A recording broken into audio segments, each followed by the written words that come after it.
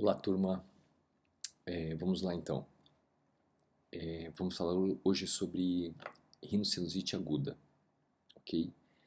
Acho que vale como é, um racional inicial que eu gostaria que vocês tiverem em mente durante toda a aula, que quando a gente fala de rinocinusite aguda, o grande desafio do entendimento da abordagem terapêutica dessa doença é você diferenciar ela, se ela é viral ou se ela é bacteriana. Isso porque o, o CID de sinusite é um dos CIDs de maiores números de rinocinusite, é um dos CIDs mais implementados na indústria americana, causando um prejuízo anual enorme para as economias no mundo inteiro, em relação ao afastamento dos, dos empregados das empresas. Imagine agora que nós estamos passando por esse processo tão difícil na nossa sociedade, que é essa pandemia viral que estamos atravessando.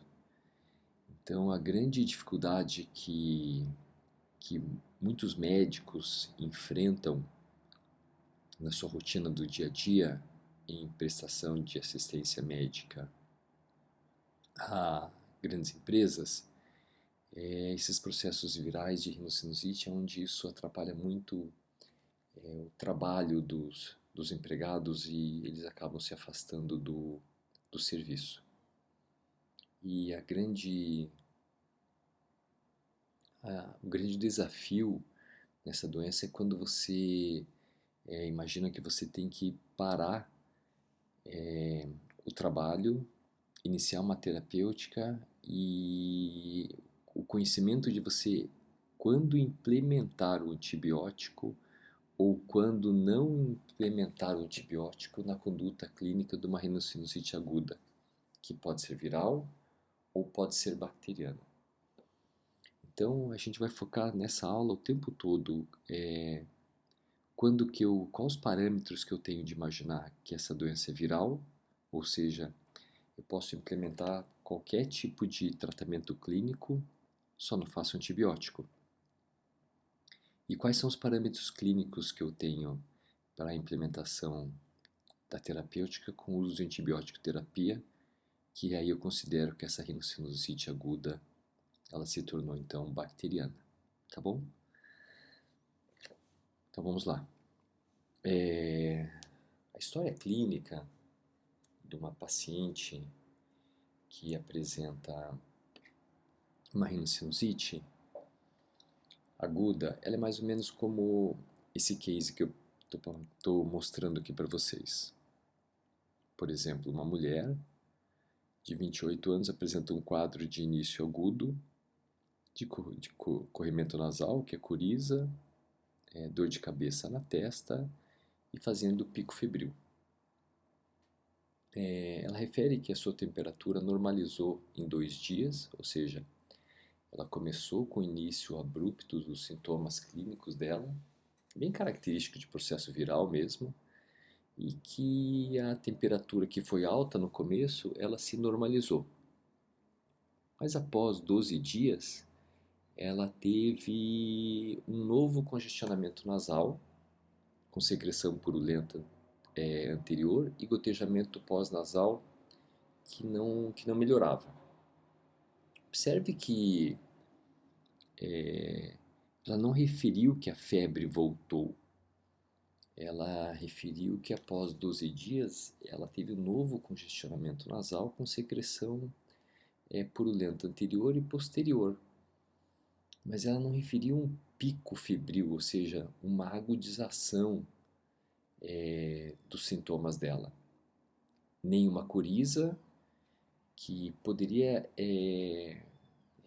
dar a entender que ela fez um novo pico, uma nova infecção de via aérea superior de caráter viral. Então, o que aconteceu foi que a gente chama que ela fez uma dupla piora, ou seja, ela teve um pico um pico febril de início, um processo viral bem característico, com uma melhora, como é característico da rinocinusite aguda viral, mas depois ela apresentou pioras dos sintomas com a secreção purulenta e gotejamento posterior. Então, qual a possível patologia do quadro clínico acima? Uma rinocinusite aguda bacteriana ou uma infecção respiratória de via aérea superior viral persistente? E como isso deve ser gerenciado nesse caso? Então, quando a gente for atender lá no ambulatório, a gente normalmente não tem os equipamentos de endoscopia. Então, o que a gente realiza, além da história clínica, a rinoscopia anterior, como está demonstrado nesse desenho do Netter, e basicamente o que a gente consegue observar isso é corneto inferior, o corneto médio às vezes, septo nasal e coloração desse corneto, como a gente pode observar nesse exame de rinoscopia que eu tenho aqui, nas imagens de inspeção. Dificilmente a gente vai ter no nosso pronto atendimento uma endoscopia nasal para casos virais ou agudos bacterianos. Normalmente a gente acaba reservando mais esses exames para uma complementação diagnóstica para casos mais crônicos ou quando a gente acaba tendo suspeita de alguma outra doença associada. Tá bom? Então vamos lá, vamos entender o que está acontecendo aqui. Então, a sinusite, que é definida como uma inflamação sintomática dos seios paranasais e cavidade nasal, é relatada por quase 30 milhões de adultos anualmente nos Estados Unidos. Isso dá quase 10% da população americana. A sinusite é classificada de acordo com a duração, como agudo, ou seja, até 4 semanas de duração, então normalmente 30 dias, e a crônica com mais de 3 meses de sintomas clínicos, ok? Existe associação com rinocinusite aguda, com asma, rinite alérgica, tabagismo e exposição ao fumo. Ou seja, são patologias, são doenças que elas andam muito correlacionadas entre elas, uma agravando a outra. A rinite ela agrava a asma, a rinocinusite ela agrava a asma, a rinite piora os sintomas da rinocinusite, o tabagismo exacerba os sintomas da rinite, da rinocinusite, da asma. Então você não pode imaginar que as doenças elas caminham isoladamente. Como tudo na vida, né? Existe uma correlação, fator e causa em tudo. Não muda nessas patologias de rinocinusite que nós estamos apresentando. A sinusite aguda ainda é classificada de acordo com a causa presumida, como sinusite bacteriana aguda ou rinocinusite viral aguda. Então, isso que a gente comentou, esse é o foco principal, né? Se eu tenho uma rinocinusite aguda, quando que ela é bacteriana e quando ela é viral. Porque isso vai determinar a minha terapêutica. Isso vai determinar se eu vou usar ou não antibiótico.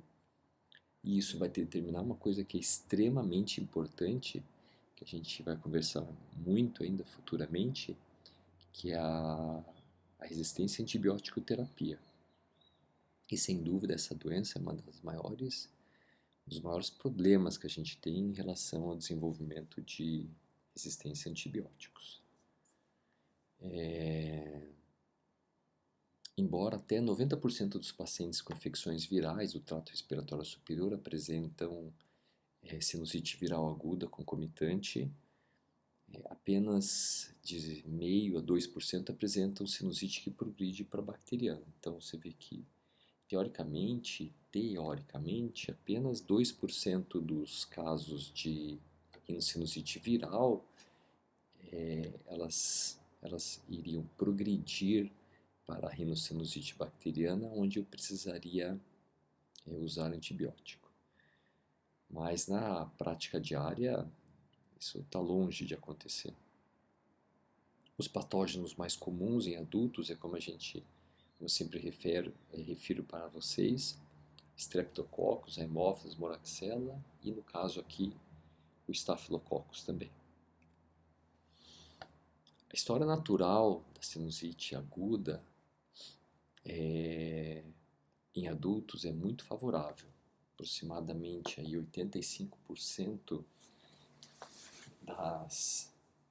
dos pacientes têm uma redução ou resolução dos sintomas dentro de 7 a 15 dias, sem antibiótico terapia.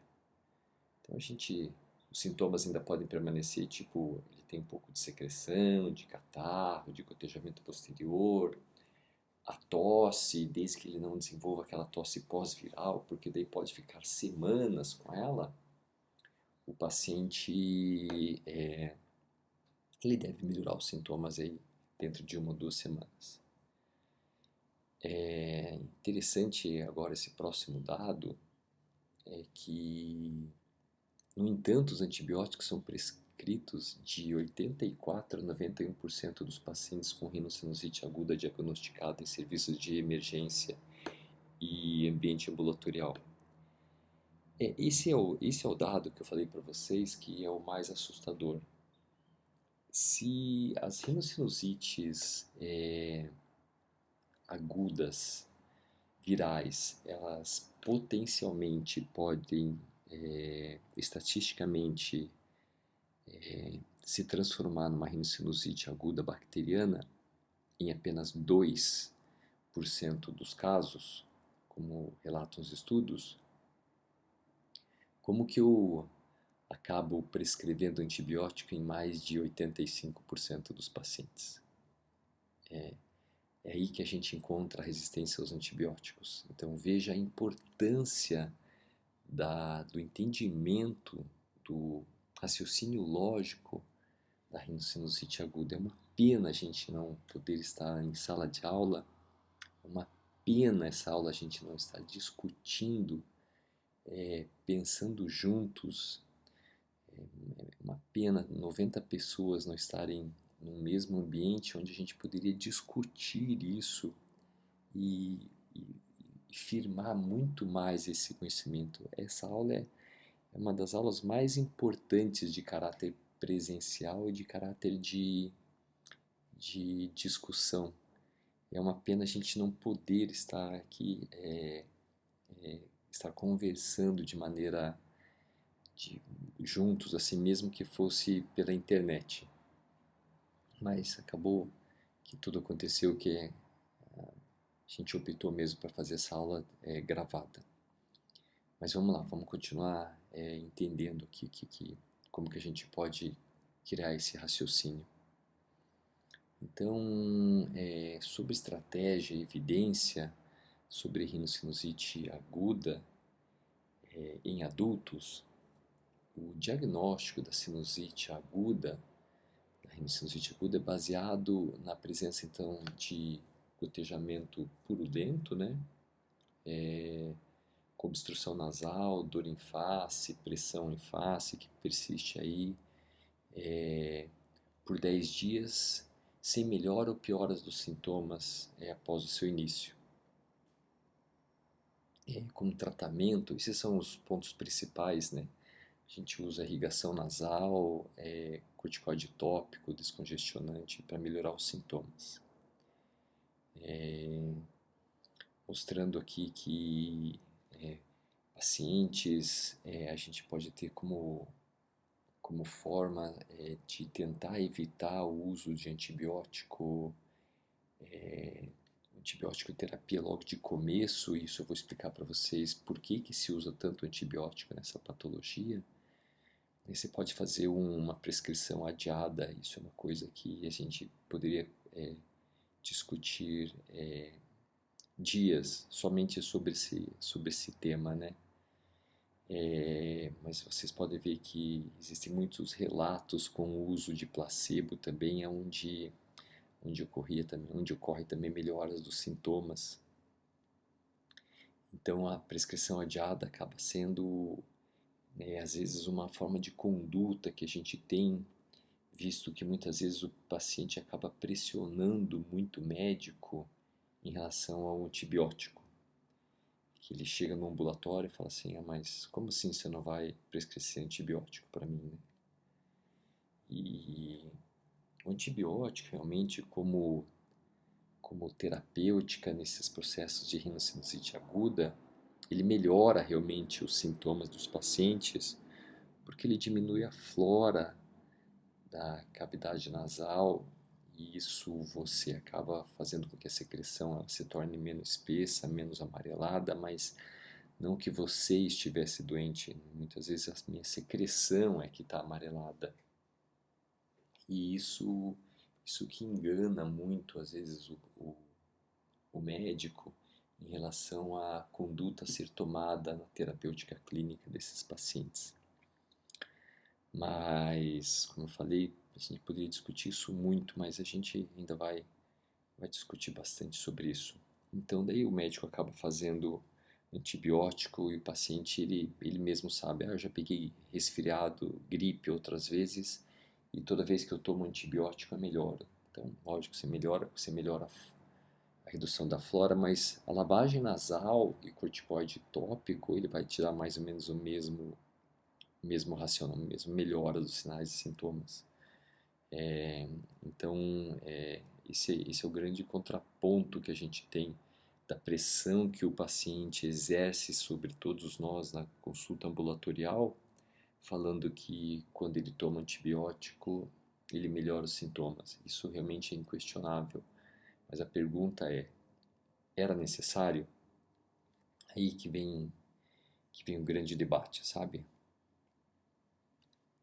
Um diagnóstico preciso da sinusite aguda bacteriana envolve primeiro em distinguir a rinocinusite aguda de uma infecção viral do trato respiratório superior com base em sinais e sintomas. Então esse é o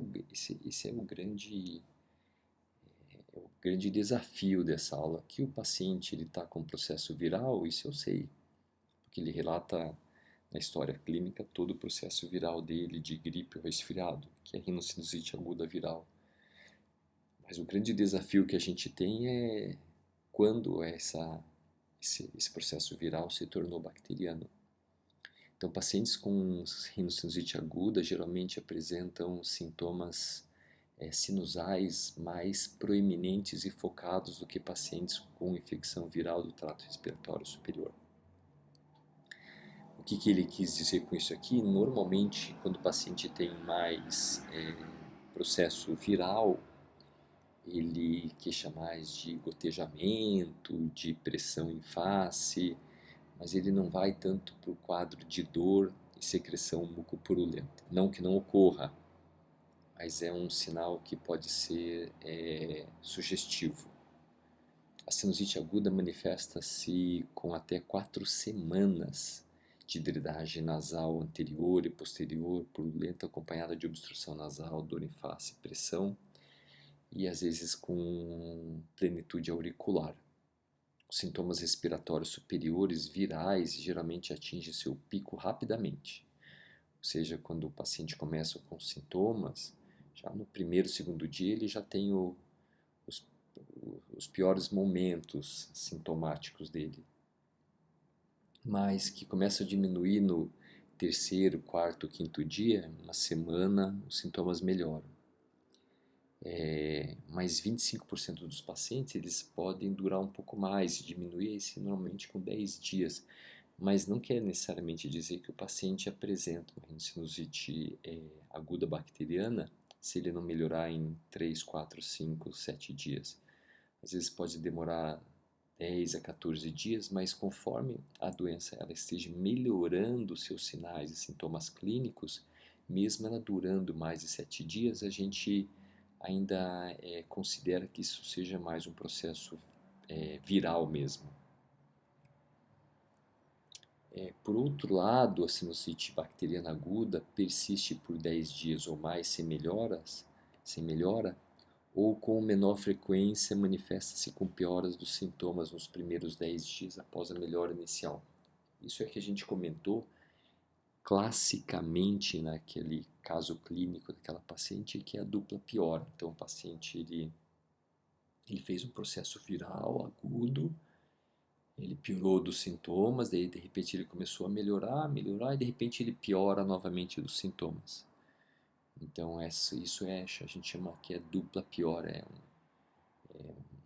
uma evolução clínica muito característica e sugestiva do paciente estar saindo de uma rinocinusite viral e estar entrando numa rinocinusite aguda bacteriana. A secreção nasal purulenta, febre, dor facial não pode ser usado para distinguir com precisão infecção viral de bacteriana.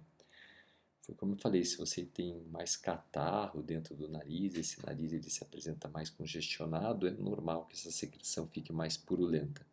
Mas a secreção que está purulenta não é você que está doente. Então, nesses casos clínicos, normalmente a lavagem nasal melhora muito os sintomas do paciente sem necessariamente você precisar fazer antibiótico terapia. Os achados radiográficos acabam confundindo muito porque todo o processo de infecção de viária superior, seja ele aguda, viral ou aguda bacteriana ou crônica, ele acaba podendo velar vários seios da face. Então, às vezes, isso mais te atrapalha do que ajuda na evolução da sua conduta terapêutica para o caso de rinocinusite aguda. A gente acaba reservando mesmo exame de tomografia e nunca de raio-x, mas de tomografia de seios paranasais para suspeita de complicação ou para quadros onde você acaba não respondendo à terapêutica de maneira adequada. A amoxicilina é o antibiótico mais comumente utilizado mesmo. As diretrizes atuais alertam contra o uso de claritromicina e azitromicina, em decorrência da resistência bacteriana que a gente tem pelo estrepto, essa resistente a macrolídeos. Os ensaios controlados por placebo não demonstram qualquer efeito da antibiótico terapia na duração mediana da dor ou doença em pacientes com sinusite aguda. Isso é óbvio, né? Já é um dado estatístico em decorrência que apenas 2%, e veja que o dado estatístico é a mediana e não a média, visto que 2% apenas precisariam do uso de antibiótico. Então, se você receita em 90% dos casos, você vê que realmente não iria alterar a evolução mesmo estatisticamente. Revisões sistemáticas e ensaios controlados por placebo geralmente mostram uma taxa significativamente maior de melhora clínica entre 7 e 15 dias com antibióticos do que placebo. Então veja que os ensaios, essas revisões, foi como eu falei, a gente está falando de melhora clínica, de melhoras dos sintomas, não da resolução da doença. É muito importante você ter cuidado na leitura desses artigos que correlacionam rinocinusite aguda pelos termos que estão sendo empregados para o seu raciocínio lógico da doença implementada. Aqui ele está falando de melhora clínica, é lógico, como eu falei para vocês. Se você fizer antibiótico terapia no paciente, ele vai ter uma melhora clínica, mas você não cogitou aqui todos os efeitos adversos que você pode ter da utilização de um antibiótico numa patologia viral. E além do mais, o desenvolvimento de uma grande patologia por uma bactéria super resistente que a gente pode acabar desenvolvendo por uso de maneira descontrolada de antibiótico terapia para processos virais. Então, criar essa possibilidade de resistência bacteriana, que é um desastre para a nossa sociedade, em virtude da melhora dos sinais e sintomas clínicos que você teria com lavagem nasal e muitas vezes corticoterapia tópica, realmente é uma insanidade você ficar prescrevendo antibiótico para 90% dos pacientes, sendo que apenas 2% precisariam. Então, a antibiótico terapia deve ser equilibrada contra os efeitos adversos, isso que a gente comentou há pouco, que pode incluir reações alérgicas e surgimento de bactérias resistentes a medicamentos. Os efeitos adversos dos antibióticos são tão prováveis quanto ou mais prováveis que os benefícios. Então, existem relatos estatisticamente que o benefício da utilização dos antibióticos em rinite aguda viral ele é tão provável quanto os efeitos adversos. Então, uma porcentagem muito semelhante dos pacientes que melhoram com antibiótico terapia, eles acabam tendo os efeitos adversos que é principalmente relacionados com de caráter mais agudo, com alteração da microbiota intestinal, o paciente acaba tendo alteração na composição das fezes e além de mais de correr o risco de reações alérgicas importantes. Os efeitos adversos comuns dos antibióticos, então, incluem náusea, vômito, diarreia, dor abdominal. Esses efeitos ocorrem em média em 27% dos pacientes que recebem antibiótico, em comparação com 15% dos pacientes que recebem placebo. Em maio de 2016, o FDA recomendou que as fluoroquinolonas, como levoxin, moxifloxacina, levofloxacina, e moxifloxacina, eles são reservados apenas para pacientes com doenças pulmonar. Ele está eles chamam de blackboard, isso são medicamentos que você vai ter um possível problema jurídico se você receitar de maneira inadvertida. Então, se você receitar uma levofloxacina para um paciente com rinocinusite aguda, eu vou colocar até como ela bacteriana, não vou nem pensar que você receitou num processo viral, onde muitas vezes você associa o uso de corticoterapia e esse paciente ele apresentar uma lesão de tendão de Aquiles, está na bula isso, o paciente ele faz ruptura de tendão de Aquiles, você vai ter problema jurídico, porque o paciente ele realmente ele pode acionar você. Primeiro porque está escrito em bula, e segundo que tem uma normativa do FDA e uma normativa da Anvisa aqui. A Anvisa ela contraindica o uso de levofloxacina, moxifloxacina em rinocinusite agudas bacterianas. Salvo para casos muito específicos, onde você tem que se justificar, e essas medicações elas devem ser mais reservadas para cunho para pneumologia e não para rinocinusite aguda, onde a grande maioria das vezes você não precisaria estar usando antibiótico, você acaba usando um antibiótico extremamente potente, uma patologia que você não precisava usar antibiótico, e queima esse antibiótico de caráter epidemiológico, criando uma resistência bacteriana, e pacientes com problemas pulmonares acabam não conseguindo ter todo o benefício da utilização dessa droga em virtude que você utilizou ela de maneira incorreta. Então, sim, todos nós somos responsáveis por isso. Esse é o mal distante que você pode causar para toda a população, de uma maneira que você não imagina. Então, o fato do seu desconhecimento não alivia a sua culpa, sabe? E esse, então, é o algoritmo de tudo que a gente comentou. Esse é um artigo do New England que eu passei para vocês, tá bom? Como sempre, eu procuro seguir esses artigos de maior referência e citações, para que a gente tenha isso como um respaldo técnico muito importante nas nossas justificativas de condutas terapêuticas. Então aqui a gente pode observar que ele refere o paciente adulto com secreção nasal menos de 4 semanas, que apresentou obstrução nasal, dor facial, ou ambos, né? Ele pode ser um processo viral, sim, ele pode ser um processo bacteriano, se a duração da doença pode ser mais de 10 dias.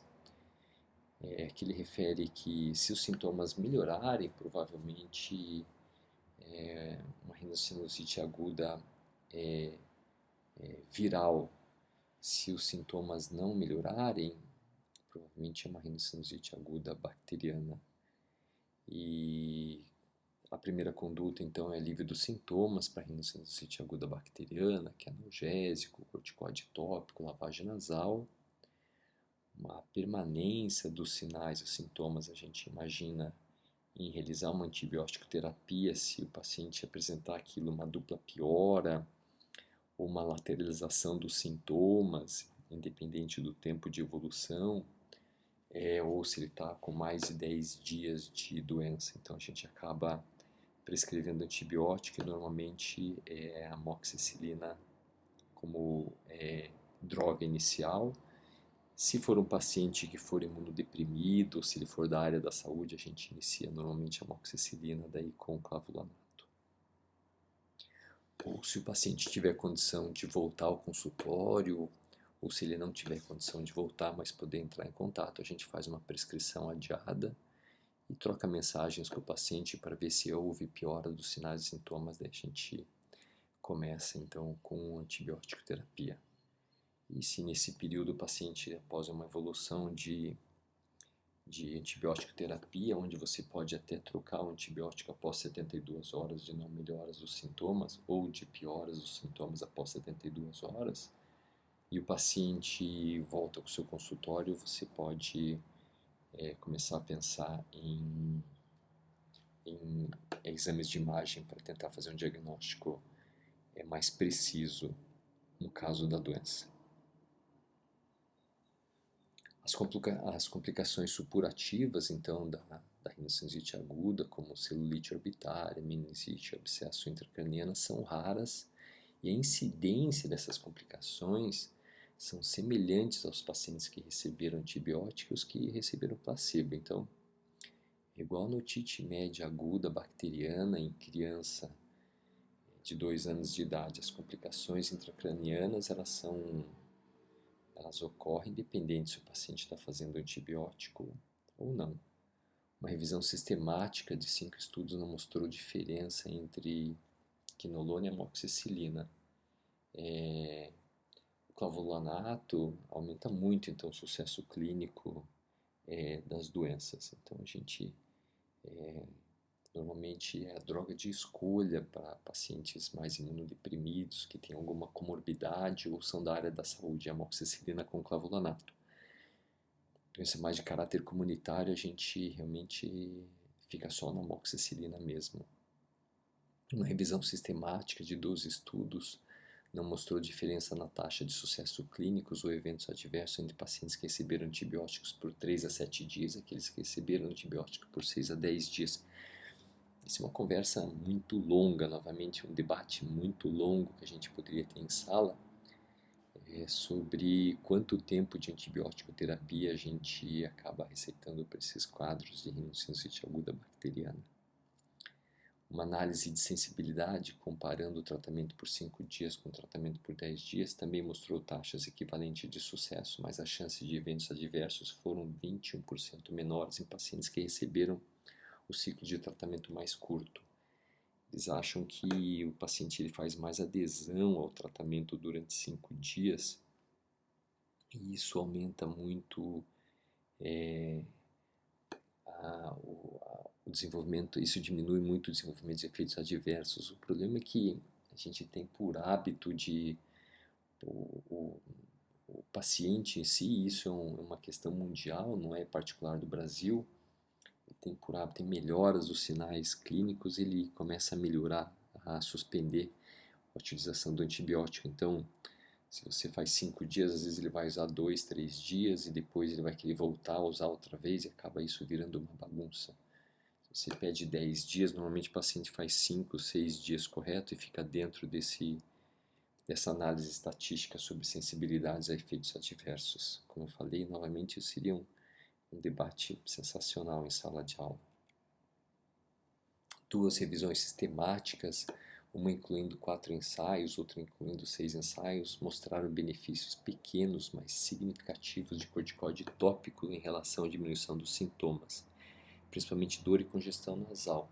Então a gente realmente, primeira forma de tratamento para rinocinusite aguda, ela viral bacteriana, a gente usa lavagem nasal, e segundo é o corticoide tópico que a gente usa. Os corticoides via orais a gente utiliza como adjuvante de antibiótico terapia oral. E isso melhora uma taxa, tem uma taxa ligeiramente maior de melhores sintomas. Tem estudos, como mostrando aqui, que o uso de corticoide oral como monoterapia não teve um benefício sobre placebo, mas o tópico sim. Não foram demonstrados efeitos adversos adicionais nesse estudo. Então, o uso de corticoide sistêmico para rinocinusite aguda bacteriana ou viral, realmente você tem que estar bem claro sobre a utilização dele. Normalmente a gente usa, muitos estudos falam que o corticoide tópico ele tem o mesmo efeito que o oral para tratamento dessas rinocinusite agudas virais ou bacterianas. E os eventos adversos menores relatados com o uso de corticoide sistêmico, sangramento nasal, dor de cabeça ou acaba tendo prurido nasal. Então, as opções de antibiótico em paciente que não é alérgico à beta-lactamase, então a gente usa muito realmente amoxicilina com clavulanato, as dosagens como a gente está vendo aqui, mas normalmente a gente, nesse estudo, eles preconizam, eles falam até de 2 vezes ao dia, mas a gente sabe por estudos que a amoxicilina com clavulanato, ou mesmo a amoxicilina, ela tem um efeito muito melhor quando ela é utilizada 3 vezes ao dia do que de 12 em 12 horas. Então, normalmente, isso é uma conduta que eu tenho, isso é particular meu, eu faço mesmo questão, correndo o risco da adesão ao tratamento, mas é que a resposta clínica em estudos da amoxicilina com clavulanato de 500 mg de 8 em 8 horas é muito maior do que de 12 em 12 horas. Então, recomendo essa amoxicilina com clavulanato quando houver probabilidade de resistência bacteriana, aquilo que eu falei para vocês. E quando você tem um paciente que ele tem alguma comorbidade, mais de 65 anos, ou essas condições coexistentes. A terapia inicial em um paciente alérgico, então a beta-lactamase, os macrolídeos ou a sulfa, ela pode ser recomendada. A doxiciclina ela é utilizada também, assim como a clindamicina. E como eu falei, a levofloxacina ou a moxifloxacina, você deve considerar muitos os efeitos adversos dessas fluoquinolonas e deve explicar bem para os pacientes os riscos de efeitos adversos, proibir ele de fazer atividade física durante a utilização da droga e falar sobre o risco de fazer ruptura do tendão de Aquiles. Então, realmente, a gente acaba deixando a levofloxacina, a moxifloxacina para pacientes sem opção de tratamento. E a gente usa a doxiciclina para pacientes com sinusite crônica, como a gente falou na aula anterior, mas lembrando que ela é contraindicada em mulheres grávidas. A irrigação nasal, então, que a lavagem nasal, ela melhora muito a qualidade de vida e melhora muito o clearance nasal, né? O descongestionante tópico, ele melhora, lógico, o nariz acaba ficando mais destrancado, isso melhora a limpeza da cavidade nasal na hora que o paciente acaba assoando o nariz, e diminui o risco dele acabar jogando catarro para dentro do ouvido quando ele tenta assoar o nariz com o nariz congestionado. Então, procure orientar os pacientes que nunca assoem o nariz quando ele está muito congestionado, porque ele pensa que ele está removendo o catarro, mas ele está brigando contra o edema da cavidade nasal. Então, o que a gente normalmente faz é pingo descongestionante, depois o paciente assoa o nariz para evitar com que ele jogue catarro para dentro do ouvido e faça uma otite média aguda serosa. O uso de antihistamínico a gente acaba utilizando como a loratadina nos pacientes onde eles têm muito espirro, muita coceira. Então o paciente ele pode apresentar um quadro de rinocinusite aguda viral e uma rinite alérgica associada. Então quando você tem esses sintomas a gente acaba usando o antihistamínico associado. A paciente gestante, ela normalmente tem um edema da mucosa nasal, né, que é a rinite da gravidez. Isso pode simular uma rinocinusite aguda viral, bacteriana. Então é importante fazer um diagnóstico preciso. O que a gente faz é lavagem nasal e corticoide tópico. A gente usa amoxicilina com clavulanato para paciente gestante, tá bom? E que tem alergia, a gente acaba partindo para cefalosporina. Pacientes diabéticos, a gente usa, como a gente comentou, amoxicilina com clavulanato. E se os pacientes não diminuírem dentro de 72 horas, a gente dificilmente faz cultura, mas essa é a indicação, fazer cultura se você não tiver melhora após 72 horas dos sinais e dos sintomas. Uma alta temperatura com crostas nasais e dores faciais graves pode suspeitar de uma sinusite fúngica invasiva. Foi como a gente comentou na aula de rinocinusite crônica, onde os pacientes do transplante de medula óssea eles podem desenvolver essa sinusite fúngica invasiva, que realmente é desastrosa e vira praticamente uma urgência, emergência médica de terapêutica cirúrgica. O encaminhamento, então, ao otorrinolaringologista, ele é adequado para pacientes com doenças refratárias, ou seja, que apresentam, se a gente está atendendo lá no UPA, como clínico geral, e nesses últimos 2, 3 meses o paciente veio algumas vezes aqui no consultório com queixa de dor em face ou que a secreção dele não melhora. Então, eu acho que vale a pena a gente encaminhar para fazer uma avaliação melhor.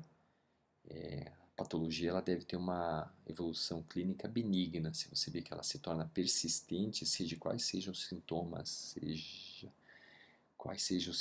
que estejam se perpetuando, não pode ter sintomas permanentes em quadros de rinocinusite. Meu nariz sempre escorre, meu nariz sempre tranca, meu nariz eu sempre tenho catarro, eu sempre tenho dor. Pela resiliência do paciente, a gente não pode simplesmente considerar que isso é normal, mas deve se indicar para diagnósticos diferenciais.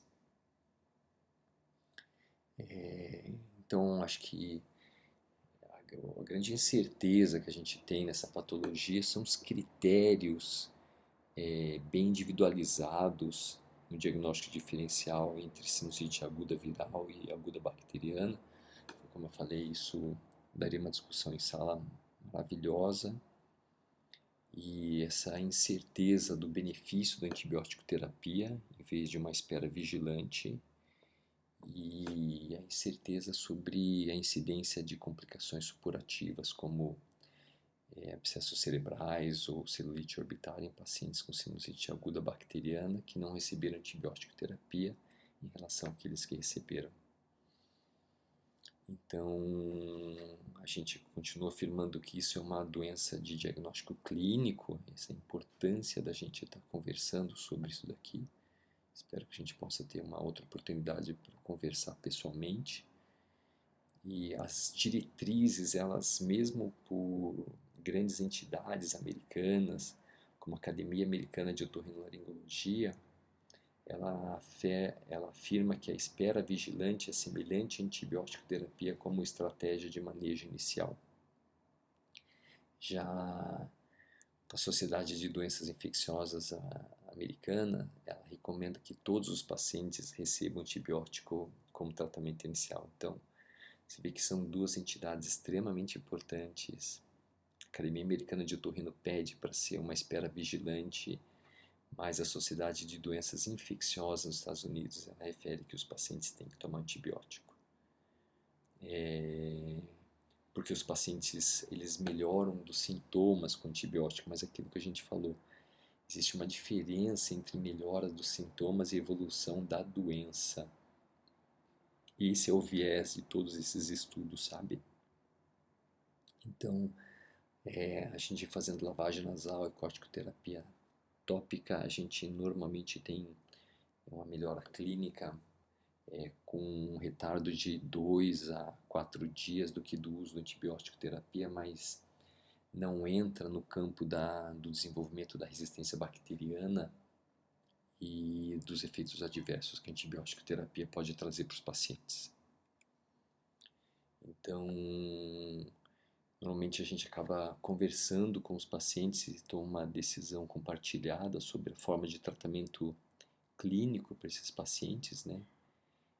A espera vigilante que a gente fala do receituário do antibiótico, a gente pode passar o receituário do paciente e referir para ele, ó, se não houver melhora dos sintomas em 3 a 5 dias, se houver piora dos sintomas ou uma lateralização dos sintomas, você pode acabar iniciando antibiótico terapia caso o paciente vá viajar para fora e não tem local para comprar antibiótico, ou caso ele tenha vindo na UPA, ele não tem condição de voltar com uma questão socioeconômica do paciente. Tá bom?